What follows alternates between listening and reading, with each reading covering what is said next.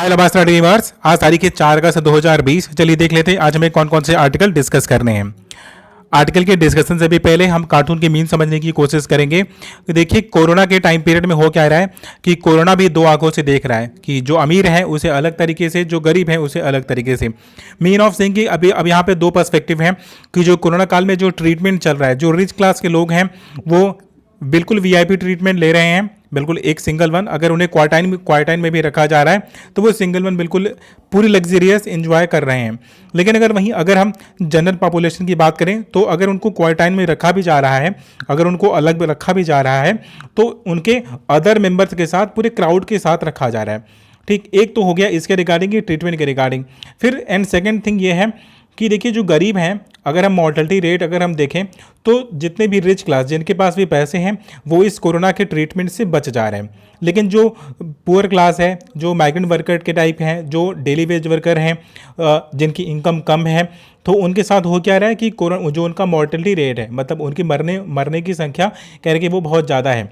Already 36,000 40,000 के आसपास के लोग मर चुके हैं इंडिया में। तो उनमें अगर आप मेजर पॉपुलेशन अगर आप देखोगे तो वो गरीब लोगों की थी, जो एक्सपेंसिव जो फैसिलिटीज़ नहीं कह रहे उसे अफोर्ड नहीं कर पाए, उसकी वजह से क्या हुआ कि उनकी मौत हो गई। लेकिन जो रिच वन क्लास है, जो सेलिब्रिटीज़ हैं, वो क्या कर रही हैं, अपना जो वीआईपी ट्रीटमेंट करवा ले रही हैं और ट्रीटमेंट करवा करके काफ़ी सिक्योर हो जा रही हैं, काफ़ी सेफ और हेल्दी हो जा रही हैं, राइट। अब हम अपने आर्टिकल की ओर मूव करेंगे। आर्टिकल है हमारे पास सबसे पहला जो ये वाला आर्टिकल है, ये वाला आर्टिकल और ये वाला आर्टिकल, तीनों एक ही इशू के रिगार्डिंग है। देखिए पिछले साल 2019 में क्या हुआ था कि 5 अगस्त में 370 और 35A को रिमूव कर दिया गया था, एबॉलिश कर दिया गया था। ठीक, अब देखिए अब जम्मू एंड कश्मीर का इंटीग्रेशन इंडिया के साथ, अब इसमें उसको मिथ बताते हैं, कहते हैं कि आपने किया क्या, आपने जो परिवर्तन किया है आर्टिकल 370 में और आर्टिकल 35A को आप जिस तरह से रिमूव करने के बाद आप जो क्लेम कर रहे हो कि आपने उसे कि जो अनदर कंट्री के जो अदर पार्ट्स हैं, अदर स्टेट हैं, आपने उनके साथ उन्हें इंटीग्रेट कर दिया, ये उसको फ्लॉ बताते हैं, उसको ये मिथ बतलाते हैं। कहते हैं एक और मिथ फैलाया गया है कि यहाँ पर जो मुस्लिम रहते हैं, कहते हैं कि वो क्या है कि टेरर को सपोर्ट करते हैं, ये भी एक प्रकार का मिथ है। फिर दूसरी बात कहते हैं कि यहाँ पर ये केवल स्पेशल कैटेगरी होने की वजह से क्या हो रहा है कि यहाँ पर पैसे नहीं आ रहे, यहाँ पर फंडिंग्स नहीं आ रही हैं, यहाँ पर दुकानें नहीं खुल रही हैं, यहाँ पर इन्वेस्टमेंट नहीं हो रहा है। ठीक, तो इन सारी चीज़ों को वो मिथ बतलाते हैं और ये वन बाय वन करके उन चीज़ों को क्या करेंगे कि काउंटर करेंगे। फिर आगे बात क्या करेंगे, कहेंगे कि जो डेमोक्रेसी है यहाँ पर, कि अगर जो यहाँ के पॉलिटिकल लीडर्स हैं और जो फ्रीडम है, अगर जब तक आप उनको वो प्रोवाइड नहीं करवा देते हो तब तक आप उनको इंटीग्रेट नहीं कर सकते हो अदर कंट्री से। ठीक है, देखिए सबसे पहली बात जिसको ये काउंटर कहते क्या है कि जम्मू एंड कश्मीर का एक इमेज जो अदर वर्ल्ड में या फिर इंडिया में जो अदर स्टेट है, कह रहे वहाँ पर कुछ इस प्रकार से बना करके रखा गया है कि वहाँ पर मुस्लिम्स रहते हैं और मुस्लिम टेरर को प्रमोट करते हैं।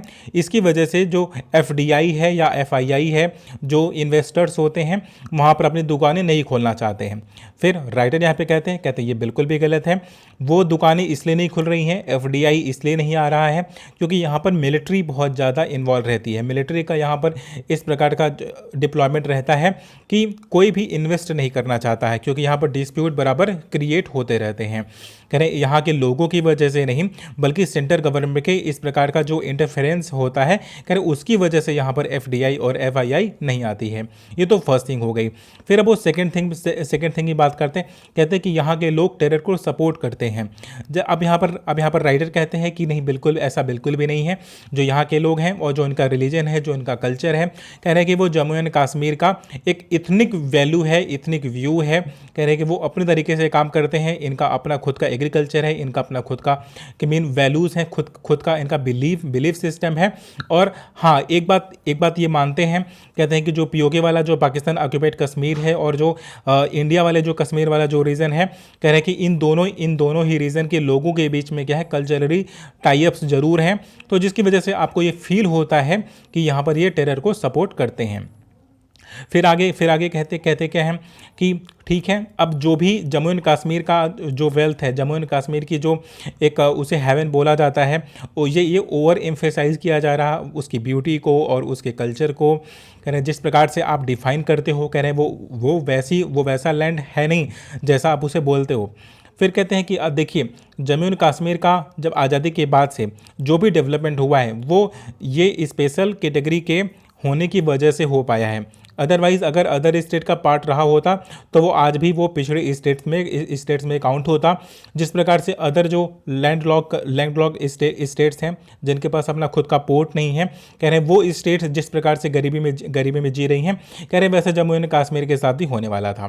क्योंकि जम्मू एंड कश्मीर के साथ क्या है कि जो मेजर बाउंड्रीज हैं, जो मेजर रीजन्स है, कह रहे हैं कि वो क्या है, वो लॉक्ड हैं। तो लॉक्ड होने की वजह से करते क्या कि ये रिच नहीं हो पाती।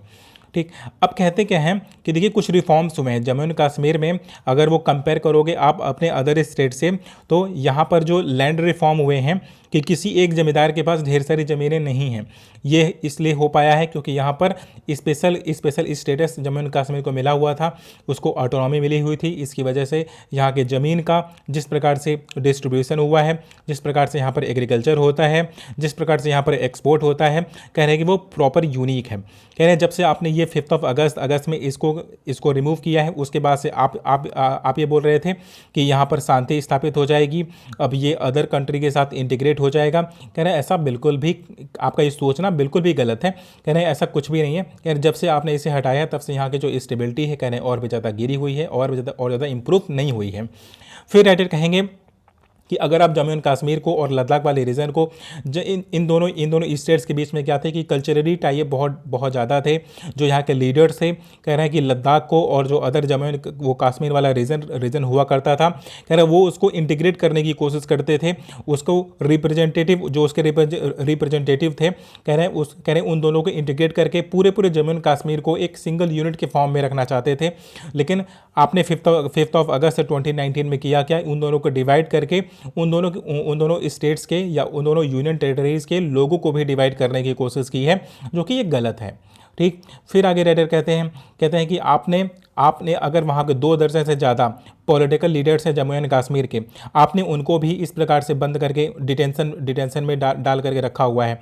ठीक है, अब IAS ऑफिसर थे कि मैंने जो अंसार शेख हैं, तो जो शेख साहब हैं, तो उनको भी साफ फैज़ल एक IAS ऑफिसर हैं जो कि टॉपर रह चुके हैं UPSC, इन्होंने टॉप किया था, all India rank first position पे थी। कह रहे आपने उनको भी क्या किया, आपने उनको डिटेन करके रखा हुआ है।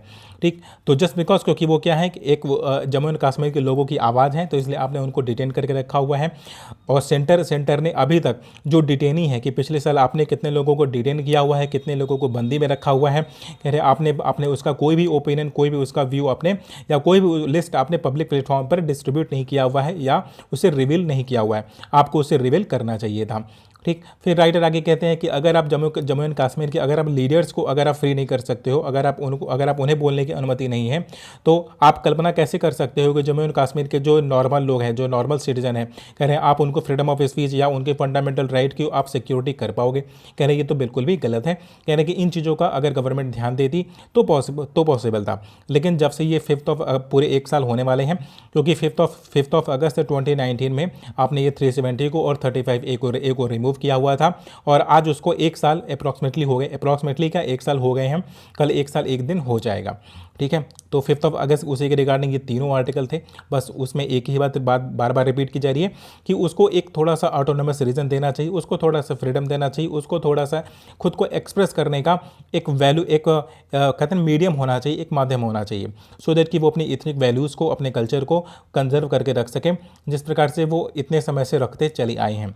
कह रहे हैं जब से आपने 370 और 35A हटाया है, तब से जो वहाँ के रीजन के लोग हैं, कह रहे हैं वो इनसिक्योर फील कर रहे हैं, और मिलिट्री की जो डिप्लॉयमेंट है बहुत ज़्यादा होने की वजह से FTI और FIA वहाँ पर नहीं आ पा रही है। ठीक, तो हमारा ये वाला आर्टिकल और ये वाला आर्टिकल और ये वाला आर्टिकल तीनों कंबाइन करके मैंने तीनों के कॉन्सेप्ट को एक में मिला करके डिस्कस कर लिया है। फिर हमारे पास नेक्स्ट वन आर्टिकल है, ये उसके रिगार्डिंग है कि सस्ती शराब के रिगार्डिंग है। देखिए पूरे अगर हम ऑल इंडिया लेवल पर अगर बात करें तो वेरियस स्टेट्स में होता क्या है कि नकली शराब बनाया जाता है। अब नकली शराब देखिए बड़ा उसमें दुविधा ये है कि आखिर नकली शराब कोई बनाता ही क्यों है। कह रहे प्रॉफिट अगर आपको बनाना ही है, अगर आपको बेचना ही है, तो आप असली शराब बना सकते हो। देखिए जो नकली शराब होती है वो काफ़ी सस्ती होती है, ठीक, और वो देसी तरीके से बनाई जाती है, उस पर किसी भी प्रकार का रेगुलेशन नहीं होता है। ठीक, और जो आबकारी विभाग होता है, कह रहे हैं वो भी पैसे वगैरह लेकर के कह रहे हैं उन्हें बनाने की अनुमति दिए रहते हैं। ठीक है, अब केस रिवील तब होता है जब उससे कोई ना कोई मर जाता है, चाहे वो यूपी हो, चाहे वो बिहार हो, चाहे वो पंजाब हो। कह रहे हैं आज का जो हमारे पास न्यूज़ है, कह रहे हैं वो पंजाब का है। कह रहे हैं जो नकली जो दवाएं होती हैं, जो नकली शराब होते हैं, कह रहे हैं इनके खाने से या इनके पीने से अगर लोगों की मौत हो जाती है, तभी जो ऑडियंस होती है, तभी जो पब्लिक होता है, तभी जो गवर्नमेंट होती है, कह रहे वो उसे सुनती है। अदरवाइज़ कोई इसे सुनने को राजी नहीं होता है।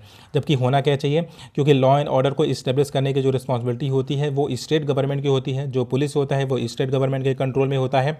और इवन जो लीकर का जो व्यापार होता है, कह रहे ये भी स्टेट गवर्नमेंट के हाथ में होता है। तो स्टेट गवर्नमेंट को इस पर फुल कंट्रोल बनाए रखना चाहिए और नकली दवाएं या नकली जो शराब है, कह रहे इस प्रकार से डिस्ट्रीब्यूट ना हो, इस प्रकार से मैन्युफैक्चर ना हो। कह रहे इसका हमें ध्यान देना चाहिए।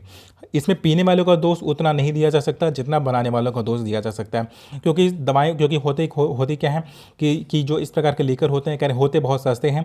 तो दिहाड़ी मजदूर होते हैं जो डेली कमाते हैं, डेली खाते हैं, तो वो अपने अवचेतन मन को शांत करने के लिए करते हैं, अपने इरिटेशन को शांत करने के लिए शराब खरीदने के लिए जाते हैं। तो वो अपने बजट में सबसे सस्ती से सस्ती जो शराब होता है, कह रहे हैं वो उससे परचेस करते हैं।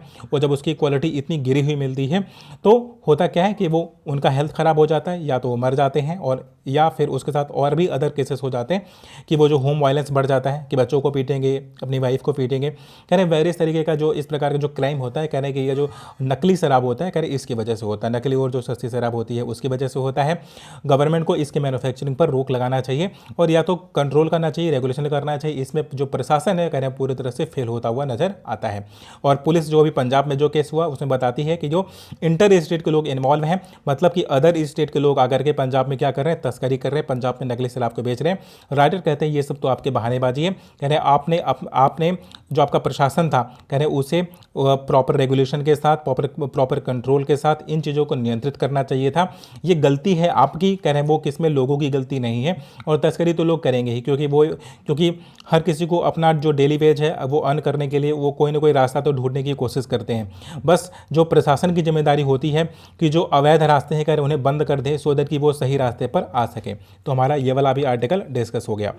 हमारे पास जो नेक्स्ट वन आर्टिकल है डिस्कस करने के लिए, वो रिगार्डिंग द प्रॉफिट मेकिंग है। देखिए प्रॉफिट मेकिंग वगैरह क्या हुआ कि स्टार्ट हो गया। प्रॉफिट मेकिंग कैसे स्टार्ट हो गया,